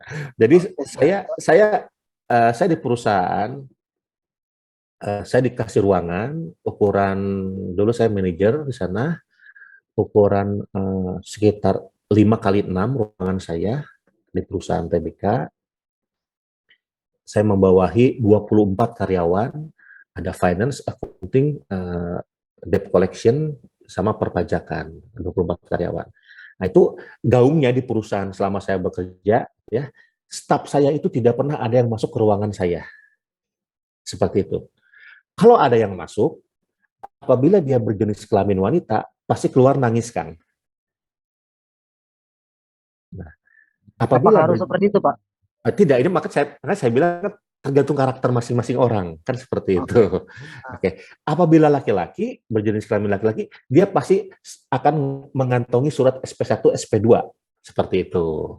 Nah, jadi sudah kedetek tuh sama departemen lain atau sama staf-staf, kalau ada yang masuk ruangan saya, pasti itu bermasalah. Makanya ruangan saya itu tidak pernah dikunjungi oleh staf. Saya yang selalu turun ke staf-staf saya, ke meja-meja mereka, saya ajak diskusi, saya ajak ngobrol. Tapi kalau mereka masuk ke ruangan saya, itu pasti ada sesuatu. Nah, ini kan gimana, kan? Tapi jika Bapak turun ke meja karyawan-karyawan, apakah Bapak menegaskan bahwasannya ini salah dan meneriakin di depan teman-temannya gitu? Hati-hati. Nah, ini hati-hati. Ini kalau kita tadi saya bilang middle up manajerial, kita selain kita diberi pelatihan kepemimpinan tadi saya sebutkan, itu hati-hati. Saya tidak pernah melakukan atau memaki orang di depan umum, Kang. Ini harus diwaspadai. Karena harga diri seseorang itu tidak bisa kita nilai. Oke? Nah, kita ibarat kata memarahi atau memaki seseorang di depan umum, ini menjatuhkan harga diri beliau. Nah, ini hati-hati. Saya tidak pernah melakukan itu. Makanya saya bilang tadi, yang masuk ruangan saya, kalau wanita keluar pasti nangis, kalau laki-laki pasti dapat SP. Nah, itu di ruangan situlah diskusi. Seperti itu, kan. Malah di suatu perusahaan, saya baru masuk 3 bulan. Jadi departemen ini tuh kalau mau akhir bulan itu selalu, khususnya departemen F&E, kalau mulai tanggal 29 sampai tanggal 3 itu pasti lembur, Kang. Malah sampai subuh, Kang, lemburnya. Nah, akhirnya saya masuk ke perusahaan itu, baru 3 bulan, saya coba cek semua, ternyata ada salah satu yang miss dari prosedur. Ini saya lihat, oh ini miss dari prosedur. Nah, selama ini saya tidak pernah menyukai karyawan saya lembur atau overtime, kerja di luar jam kerja, saya paling tidak suka. Seperti itu. Akhirnya saya rombak, akhirnya saya ajukan ke Direktur Keuangan. Nah, Direktur Keuangan akhirnya tanya saya, Pak BG, ini dengan sekian ini aja sudah lembur sampai subuh-subuh loh untuk menyiapkan laporan keuangan. Karena banyak laporan keuangan yang harus disiapkan. Ada laporan keuangan kantor akuntan publik, ada bursa efek, ada internal, wah macam-macam lah laporan keuangannya. Saya bilang bisa, Bu. Saya baru 3 bulan di sini. Apabila saya tidak bisa merealisasikan apa yang sudah saya berikan pertanggungjawaban dengan PHK saya langsung mundurkan diri bulan depan. Seperti itu, Kang. Akhirnya Tapi bulan gini, Pak, saya kan orang lapangan juga, Pak, terus naik ke administrasi. Nah, pada saat teman-teman saya karyawan tetap, dia bilang gini, kenapa sih perusahaan sekarang nggak ada lembur kan, nggak ada lemburan gitu.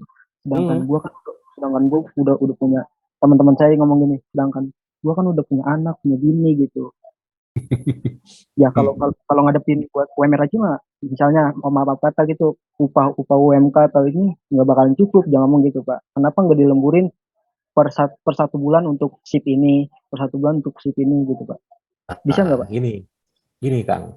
Kalau kita bicara tadi salah satu pihak bicara, kenapa sih sekarang nggak lembur ya? Waktu zaman dulu lembur loh.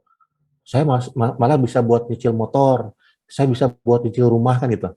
Sekarang kok nggak mau ngelemburin sih perusahaan, kan gitu. Paradigma yang ada dalam karyawan tersebut pasti, wah ini perusahaan ini pelit, perusahaan ini mensiasati biaya dan lain-lain lah ya, apapun itu Allahu alam. Nah, kalau kita bicara itu kita melihat prospektus dari skala besar kan. Akan sebagai seorang atasan, kan sebagai seorang atasan tentu punya jawabannya. Artinya apa? Yang lebih dominan bicara dengan level up pasti akan, bukan mereka. Oke? Itu dulu prinsipnya. Betul tidak? Betul, Pak. Betul ya? Nah, akan melihat kegelisahan di bawah. Oke? Nah, akan langsung, nggak mungkin mereka sounding ke atas. Yang lebih dekat hierarkinya adalah akan. Nah, akan tentu lebih tahu hierarki pada saat meeting. Mereka nggak ada meeting dengan selevel akan atau di atas. Biasanya pada saat meeting itu kan dibuka. Kondisi perusahaan kita sedang seperti ini, sedang seperti itu, sedang seperti A, B, C, kan seperti itu kan, ya kan? Nah, Betul, Pak, betul. di situ akan tinggal menyikapi, bermain kata-kata, tidak vulgar apa yang disampaikan direksi sampai ke bawahan, tidak juga seperti itu. Nah, ini nanti membuat kegaduhan di bawah, kan repot. Misalkan direksi bilang, perusahaan kita ini cash flow-nya udah jelek ini, kita rugi terus. Kalau kita terus ini kos-kos seperti ini, kita bisa bangkrut. Nah, ini akan sampaikan ke bawah, gaduh di bawah kan cilaka. Bukan memotivasi, oke? Tapi menghancurkan semangat bawahan akan. Kan seperti itu. Nah, kan bisa langsung melihat, oh, kenapa tidak ada lembur? Nah, ini selama Akang tahu informasinya tidak ada lembur, kenapa? Saya boleh tanya? Ya karena memang stok masih stabil gitu Pak, karena nggak ada overtime, nggak ada berbuat kesalahan sebulan full gitu. Oke, nah ini bisa disampaikan. Akang, Bapak, Ibu, kita nggak ada lembur, kenapa? Kan gitu. Karena posisi stok kita di gudang bisa aja. Posisi stok kita di gudang itu sudah ibarat kata supply-nya terpenuhi buat customer. Kan seperti itu. Nah, kalau sekarang kita akan adakan lembur atau gimana-gimana, atau percuma juga. Stok kita sudah malah overload nih kalau ada lembur. Nah, jadi daripada buang-buang biaya, ya makanya overtime-nya dihilangkan. Dan memang kenyataannya seperti itu. Kan gitu, Kang. Nah, itu tinggal bagaimana kita menyampaikannya dengan hati ke mereka. Seperti itu, Kang. Kalaupun, nah ini tadi saya lanjutkan cerita saya. Akhirnya 4 bulan ke 6 bulan kemudian, dari 24 karyawan itu saya sisakan hanya 12 orang. 12 orang lainnya saya lay off. Dari mulai supervisinya sampai staf senior saya PHK, Kang. Saya ajukan ke personalia untuk di PHK. Kenapa? Karena ada bulan keempat, kelima, dan keenam, saya coba mengeluarkan SP1, SP2, SP3. Gitu, Kang. Oke, siap Pak. Nah, jadi pemimpin itu harus berani bertindak dan tentu harus berani menanggung resiko atas tindakannya. Itu seorang pemimpin. Oke, clear? Oke Pak, siap. Oke, ini Mohon maaf Pak, bawel ya Pak. Saya doang sendiri nih. oh gitu. Saya nggak ngeliat ini nih, nggak ngeliat zoom-nya nih. Mana ya? Oh iya, sendiri ya. Maksudnya saya doang yang banyak bertanya Pak, yang lain juga. Oh, nggak apa-apa, ini 42 orang, nggak apa. Nggak apa. Kalau kelas karyawan itu kan kita bicaranya sharing ya, diskusi kita. Saya juga di kelas yang reguler, saya mengarahkan mereka untuk diskusi, tidak hanya menerima materi, cukup hanya sebatas itu. Karena saya sering melakukan beberapa permintaan dari perusahaan untuk interview, Pak, saya butuh karyawan F&E, saya butuh karyawan purchasing, saya butuh karyawan A, B, C gitu kan, gini-gini. Bapak tolong rekrutmen Pak, bantu kami. Nah, saya pada saat proses interview, ya itu kadang memang kita ini di dunia pendidikan kita ini untuk tingkat D3 atau S1 ya, itu rata-rata memang dominannya teori, bukan ke praktek ya. Sampai saya, Anda sarjana ekonomi, bisa bikin laporan keuangan hanya tersenyum manis saja, kan seperti itu. Nah, jadi memang saya lebih senang itu ke arah kita diskusi, kita interaktif. Kalau teori ini saya kasih slide-nya aja, kalian bisa baca di rumah selesai, kan seperti itu. Gitu kan. Kalaupun banyak pertanyaan, enggak. Selama pertanyaan itu bisa saya jawab, saya akan akomodir. Kalaupun tidak bisa, nanti akan saya cari referensi. Tapi kalau Cukup Pak, masih cukup. masih di dalam pengalaman saya, insya Allah seperti itu kan. Tapi maaf ya Pak, kalau di Ya, dunia kerja kan kalau kita ngomong harus by data kan Pak, harus beda gimana, Kang? harus by Maksudnya data. gimana? Jadi kalau Baik. kita melakukan apa aja, harus ada datanya gitu. Kalau Harus Pak. kalau begitu terbiasa gitu kan. Iya, harus seperti itu. Kembali ke yang tadi 12 orang saya PHK itu ada datanya. Si kepala seksi ini, beliau sudah kerja 20 tahun. Bayangkan, saya aja manajernya datang jam 8, setengah 8, kadang saya jam 7 datang ke kantor. Beliau karena sudah sangat merasa senioritas dan sudah hampir 20 tahun di sana, datang jam 9, jam 10. Itu nggak ada yang berani negur, Kang. Orang lama Pak. Nah, karena saya merasa senioritas. Itu kan, kalaupun nggak ada saya, ini perusahaan akan kalang kabut nih. Ada yang berprinsip seperti itu, kan? Ya kan, misalkan di maintenance, dia udah senior banget nih di produksi, kepala bengkel atau apalah. Dia ya putar-putar seenaknya. Karena kalau nggak ada saya mesin nggak jalan. Ada yang seperti itu, Kang. Oh, saya malah senang yang seperti itu, Kang. Nah, kita bicara by data. Oh, itu saya sikat duluan, Kang. Tapi ya gini ya Pak, anak Ya. baru sekarang ya Pak, kalau ya saya juga bingung. Kadang saya ngajarin administrasi ya Pak, setiap ada proyek baru kan. Ya jadi kayak gitu Pak, kayak dia takut ngomong, saya bingung antara takut bukan pendapat atau emang nggak mau ngomong gitu Pak. Ya itulah yang saya bilang. Jadi karena bukan lulusan ya, S1 atau D3 pada saat masuk ke dunia pekerjaan, mereka sudah paradigmanya adalah yang pertama adalah mencari pekerjaan. Kan itu, Kang.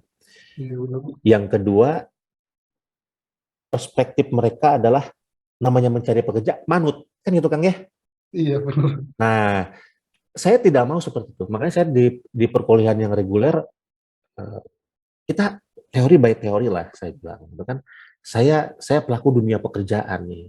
Saya miris loh ngelihat teman-teman semua S1 pada saat kita bicara kompetensi di bidangnya, mereka nggak pede gitu, Kang. Iya banyak Pak. Nah, ini jadi saya bilang ini ada yang salah ini. Nah, setelah ya saya di dunia pendidikan, memang kita bicara selalu kita bicara ini teorinya ini. Paham nggak paham ini teori kan gitu.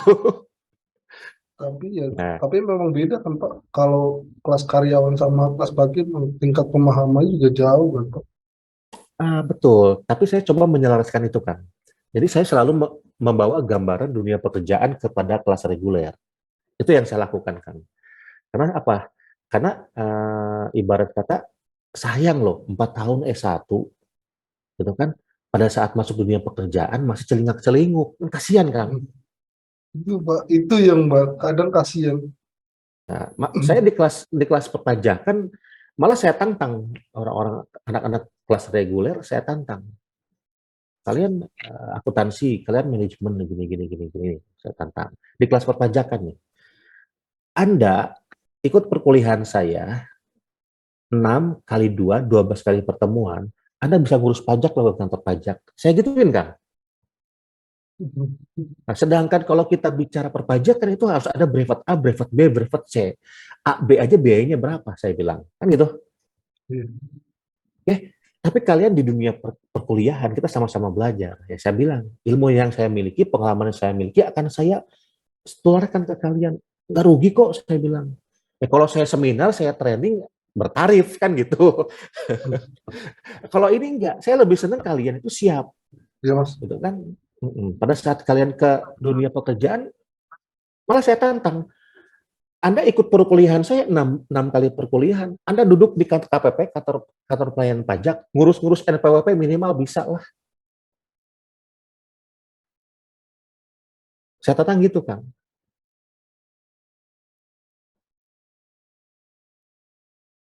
Soalnya itu Pak, pas kadang kan ada yang anak minta training gitu ke magang ya, itu kelihatan banget Pak cara dia terjunnya tuh masih kalah Pak, masih mending anak lulusan SMK Pak. Ya, ya itu entah sistemnya yang kurang support atau seperti apa ya kita nggak tahu ya. Memang itulah kenyataannya. Itulah kenyataan. Itu dari kampus itu loh Pak, kampus salah satu universitas terbesar di Indonesia loh Pak. Bahkan Makanya saya ditolak sampai bos saya Pak.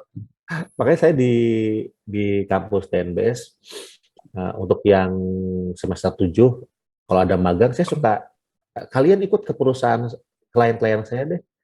Karena saya melihat akuntansi magangnya di perusahaan apa nggak nyambung sama pelajaran kan gitu. Saya bilang Anda ikut ke perusahaan yang saya tangani, Anda duduk di kursi accounting, Anda duduk di kursi finance, terapkan ilmu-ilmu di perkuliahan.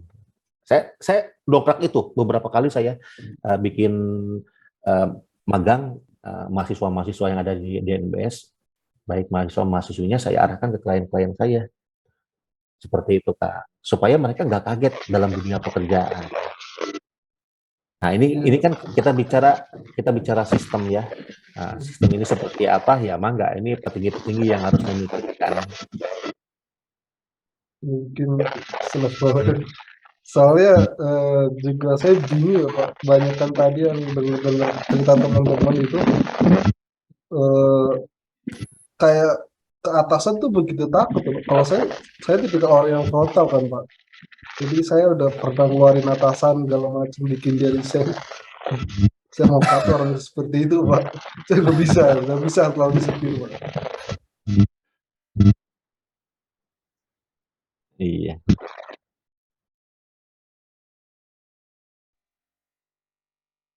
Udah lewat tuh.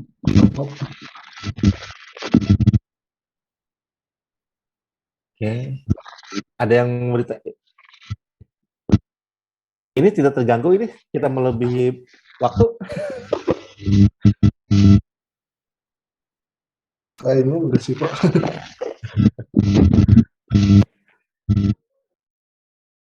Soalnya ya, Ya oke silakan. Ini ada waktu tersisa 5 menit lagi. Mangga dimanfaatkan.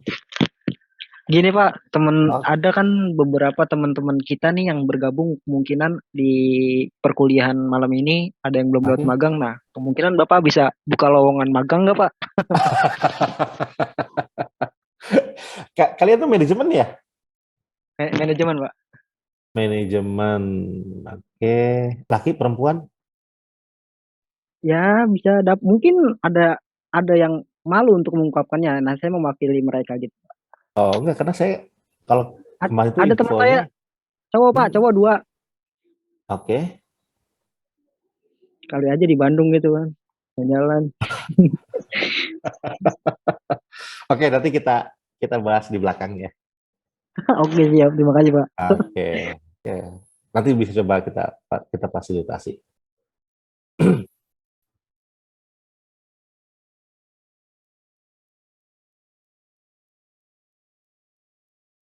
Ada yang lain? Nah, ini kita lanjut ya, sedikit lagi. Oke. Kalau penelitian e-rewards, nah ini menitik beratkannya adalah 23% memperkenalkan analisis kompetensi. Di mana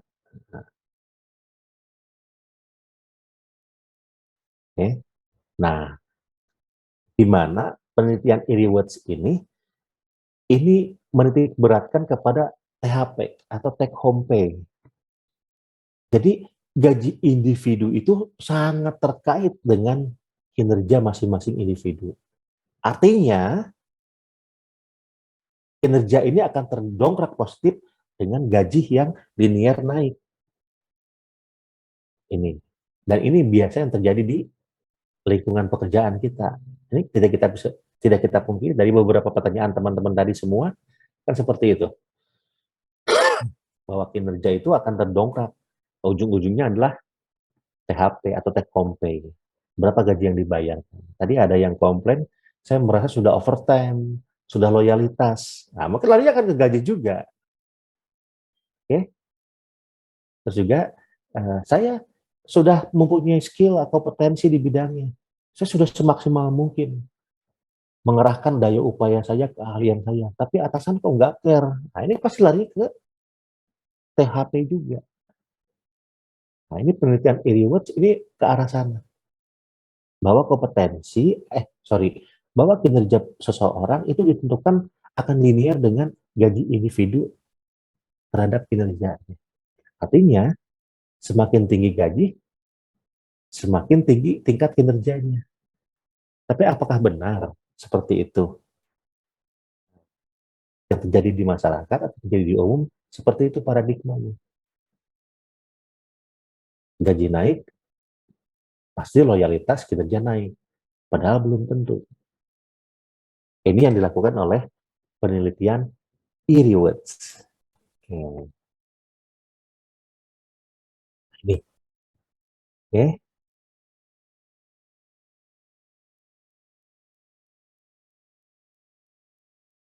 Nah, ini.